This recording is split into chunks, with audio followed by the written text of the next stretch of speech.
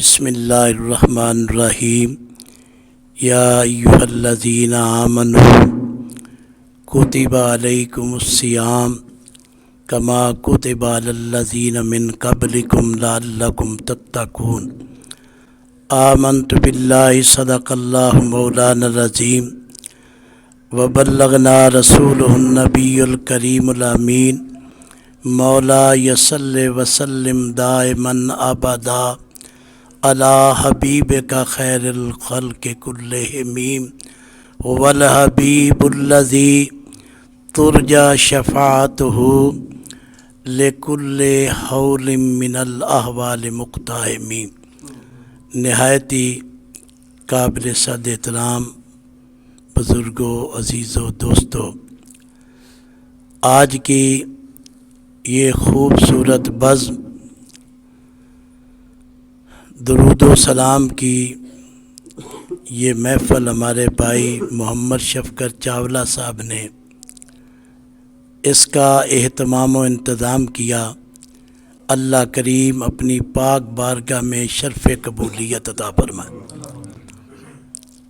اور یہ ماہ مبارک ماہ شعبان المعظم اختتام کو پہنچنے والا ہے اور ماہ رمضان المبارک تشریف لانے والا ہے۔ ہم شہر حبیب الرحمن سے شہر رمضان المبارک کی طرف جا رہے ہیں۔ یہ ماہ شعبان المعظم اسے شہر حبیب الرحمن بھی کہتے ہیں، کیونکہ رسول اکرم صلی اللہ علیہ وسلم نے ارشاد فرمایا شعبان و شہری و رمضان و شہر اللہ، فرمایا شعبان میرا مہینہ ہے، رمضان اللہ کا مہینہ۔ اور ایسے موقع پر اس درود پاک کی خوبصورت بزم کو سجایا گیا۔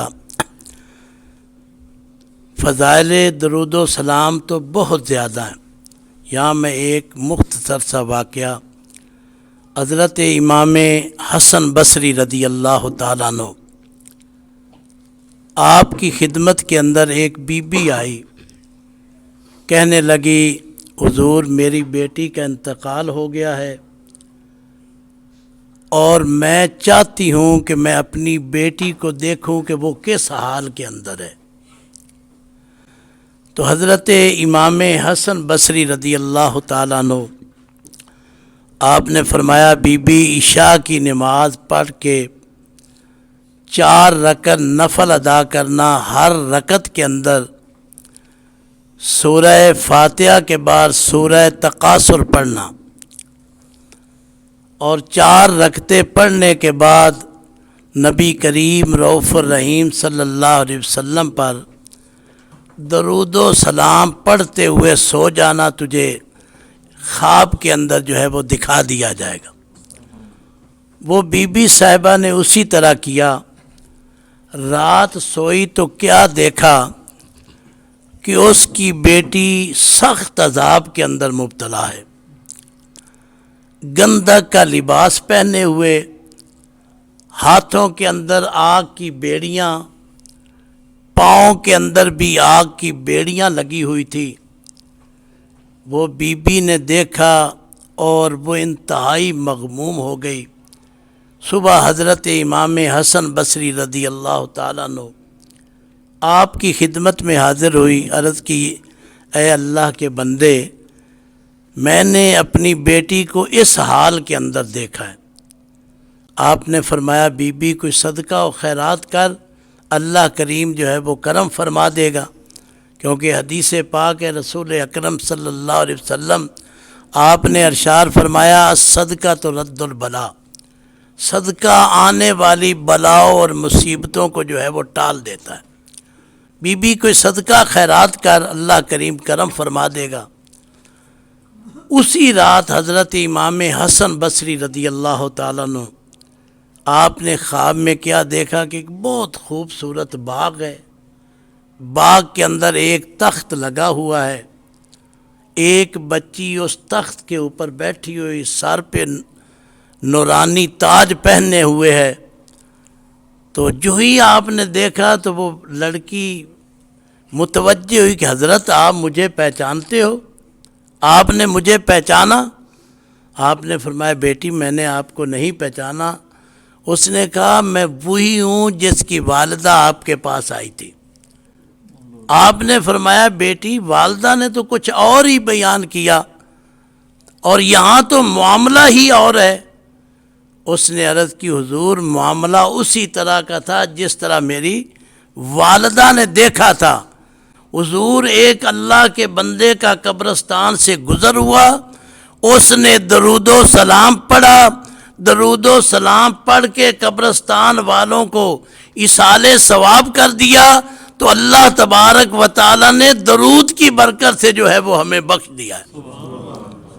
اور ساتھ ہی کہا میں اکیلی نہیں اس عذاب کے اندر مبتلا تھی، اس قبرستان کے اندر 70,000 لوگ عذاب کے اندر مبتلا تھے۔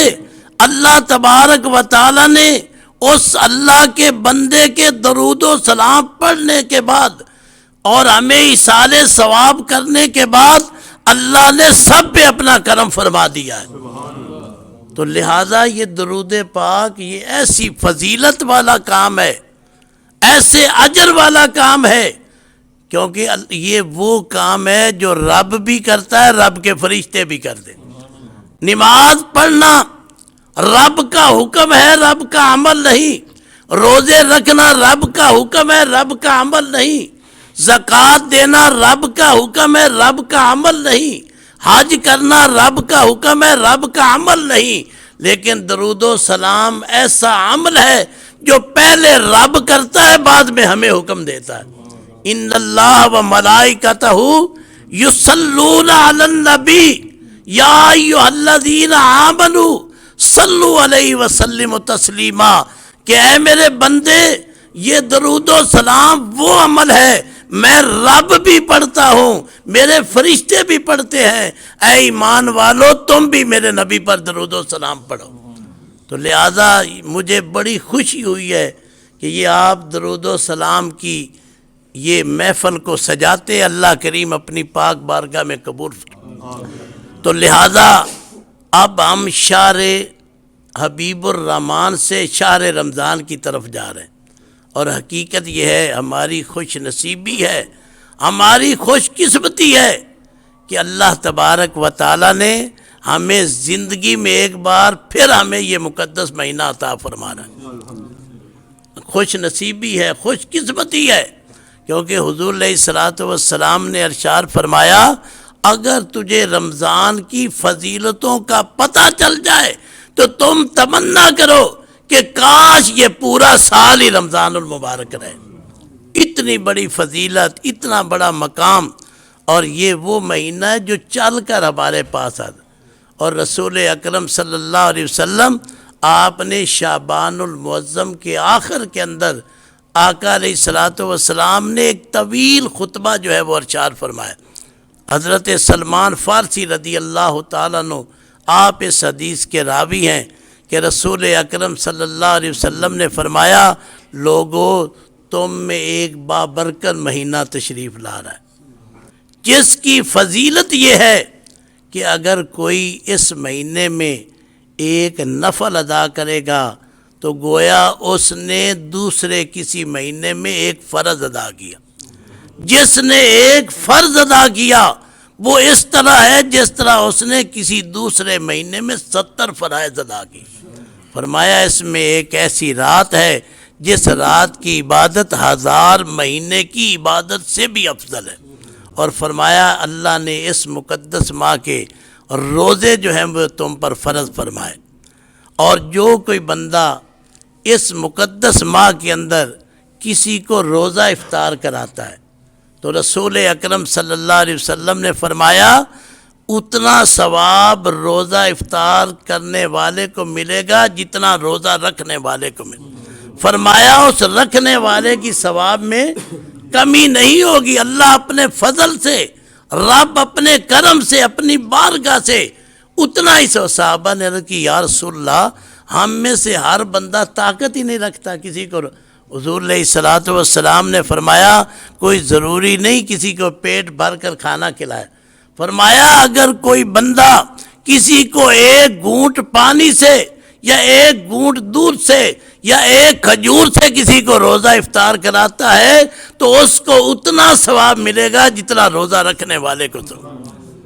اور حدیث پاک ہے، رسول اکرم صلی اللہ علیہ وسلم نے فرمایا من صاما رمضانا ایمانا احتسابا غفر لہ ما تقدم من ذنبہ، جو بندہ اخلاص کے ساتھ رمضان المبارک کے روزے رکھے گا اللہ اس کے پچھلے سارے گناہوں کو معاف فرما۔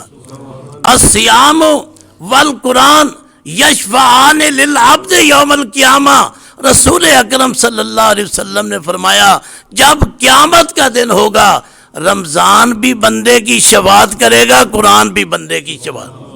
اور بھائی جس نے قرآن پڑھا ہو تو تب شفاعت ہوگی، جس نے رمضان المبارک کے روزے رکھے ہوں گے، جس نے رمضان المبارک کا احترام کیا ہوگا تو تب رمضان المبارک اس کی شفاعت کرے۔